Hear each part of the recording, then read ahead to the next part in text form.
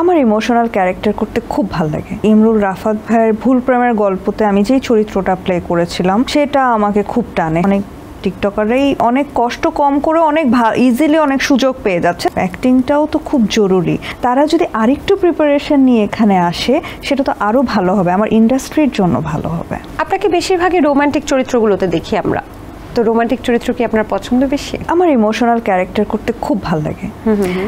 Romantic যেগুলো দেখেছেন ম্যাক্সিমামই আমার ফিকশানে ছিল।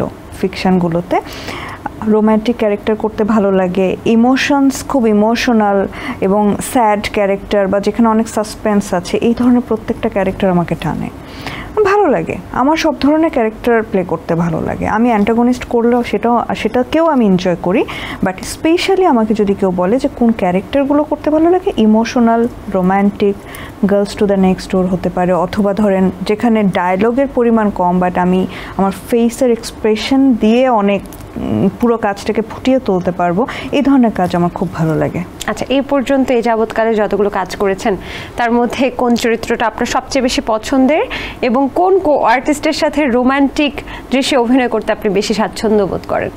আমার অনেকগুলো কাজই ভীষণ পছন্দের। তার মধ্যে ইমরুল রাফাত ভাইয়ের ভুল প্রেমের গল্পতে আমি যেই চরিত্রটা প্লে করেছিলাম সেটা আমাকে খুব টানে। সেই ধরনের ক্যারেক্টার আমি অনেক করতে চাই। ওখানে আমি নিলয়ের ওয়াইফের ক্যারেক্টার করেছিলাম, যে খুব সাদামাটা একটা মানুষ। আচ্ছা, মানে খুবই সহজ সরল একটা মানুষ, সেই ক্যারেক্টারটা আমাকে খুব টানে। আমি যখন মানিহানিতে সেজুতি ক্যারেক্টার করি সেটা আমার ভীষণ পছন্দের একটা ক্যারেক্টার। অদৃশ্যতে আমি অ্যান্টাগনিস্ট ক্যারেক্টার করেছি, সেটাও আমার ভীষণ পছন্দের, সোনিয়া ক্যারেক্টার করেছি। আর রিসেন্টলি আমি ফ্যাকরাতে অ্যানি রোজারিও যে ক্যারেক্টার করেছি সেটাও আমার পছন্দের। সো আসলে বলতে গেলে একটাকে বলা ভীষণ কঠিন, সবগুলোই আমার এরকম এই প্রজেক্টগুলো আমার পছন্দের। এবং আমি ইয়াসের সাথে বেশ কিছু কাজ করেছিলাম, সেখানেও আমার দেখা গেছে ইমোশনাল অনেক ক্যারেক্টার ছিল, সেগুলো আমার খুব পছন্দের কাজ। মানে স্পেশালি যদি আমি কোনো ফিকশনের কথা বলতে চাই, বউ কোনো যন্ত্র না, এই ফিকশনটা অনেকে কাছ থেকে আমি খুব পজিটিভ রিভিউ পেয়েছি, অনেক ভালো ভালো কথা শুনেছি। সেখানে যেমন হয় না যে বউয়ের উপর শাশুড়ি এক ধরনের নির্যাতন, জোর করে কাজ করানো, বউটা খুব সহজ সরল, যা দিচ্ছে সেটাই করছে, এই কাজগুলো মজাই লাগে, আমার খুব ভালো লাগে করতে আর কি। আচ্ছা, বেশ ভালো। আর কোন নায়কের সাথে, এখানে কিন্তু অনেকগুলো অপশন নাই, একটা অপশন বলবেন যে কোন নায়কের সাথে রোমান্টিক দৃশ্যে অভিনয় করতে আপনার বেশি স্বাচ্ছন্দ্য বোধ করে অথবা আপনি করতে চান ভবিষ্যতে? এরকম রোম্যান্টিক মানে গল্পের প্রয়োজনে আসলে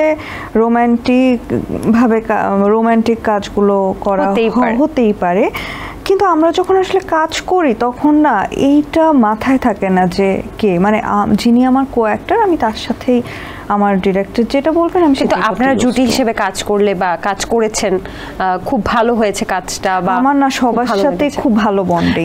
ডিপ্লোম্যাটিক অ্যান্সার, আজকে আবার গেস্ট কোনোটাই সুন্দরভাবে অ্যান্সার দেবে না। আচ্ছা, সামনে চলে যাই। টিকটকারদের নিয়ে একটা মন্তব্য করেছেন আপনি যে টিকটকারদের ভালো অভিনয় শিখে তারপর চলে আসা উচিত। আমরা দেখতে পাচ্ছি সোশ্যাল মিডিয়াতে যত ভিউজ তত বেশি নাটক সিনেমাতে আসলে চলে আসছে নায়িকা হিসেবে।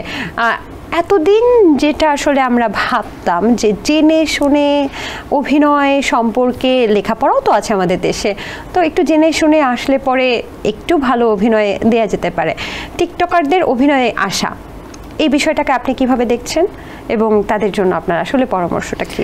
আমি সব বিষয়কে পজিটিভলিও দেখি, আবার পজিটিভ অনেক জিনিসের নেগেটিভ জিনিসও থাকে, হ্যাঁ, সব কিছুরই। সেটা যারা আসছেন তাদের অবশ্যই অনেক ভিউ আছে, এবং যারা দেখা যাচ্ছে কোনো একটা প্রজেক্ট করছেন, ফিকশন হোক সিরিজ হোক, তারা তো লগ্নি করছেন, টাকা লগ্নি করছেন, তারাও চাবে তাদের কাজটার ভিউ হোক। সেই অর্থে দেখা যাচ্ছে অনেক টিকটকাররাই ভালো ভালো মানে অনেক কষ্ট কম করে অনেক ইজিলি অনেক সুযোগ পেয়ে যাচ্ছে, তাদের স্ট্রাগল করতে হচ্ছে না। তো কথা হচ্ছে যে এই সুযোগটা যেহেতু তারা পাচ্ছে, যে হুট করে ভিউয়ের কারণে, তাদের কন্টেন্টের কারণে তারা ভালো কাজগুলোও সুযোগ পাচ্ছে, তো সেই জায়গা থেকে আমার মনে হয় যে হ্যাঁ, অ্যাক্টিংটাও তো খুব জরুরি।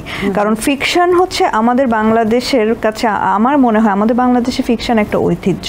সেই বছরের পর বছর আগে থেকে এখন অবধি কিন্তু মানুষ ফিকশন ভালোবাসে, শুধু বাংলাদেশ না, বাংলাদেশের বাইরেও প্রত্যেকটা মানুষ আমাদের বাঙালিদের এই নাটকগুলো দেখে পছন্দ করে, আমাদেরকে ভালোবাসে, সেই জায়গা থেকে যারা এই সুযোগগুলো পাচ্ছে তারা যদি আরেকটু প্রিপারেশন নিয়ে এখানে আসে সেটা তো আরও ভালো হবে, আমার ইন্ডাস্ট্রির জন্য ভালো হবে। এসএমসির emergency contraceptive pill Norix one অরক্ষিত মিলনের 72 ঘন্টার মধ্যে এর একটি মাত্র পিল আপনাকে করবে টেনশন ফ্রি। এসএমসির নরিক্স ওয়ান, এক পিলের সমাধান।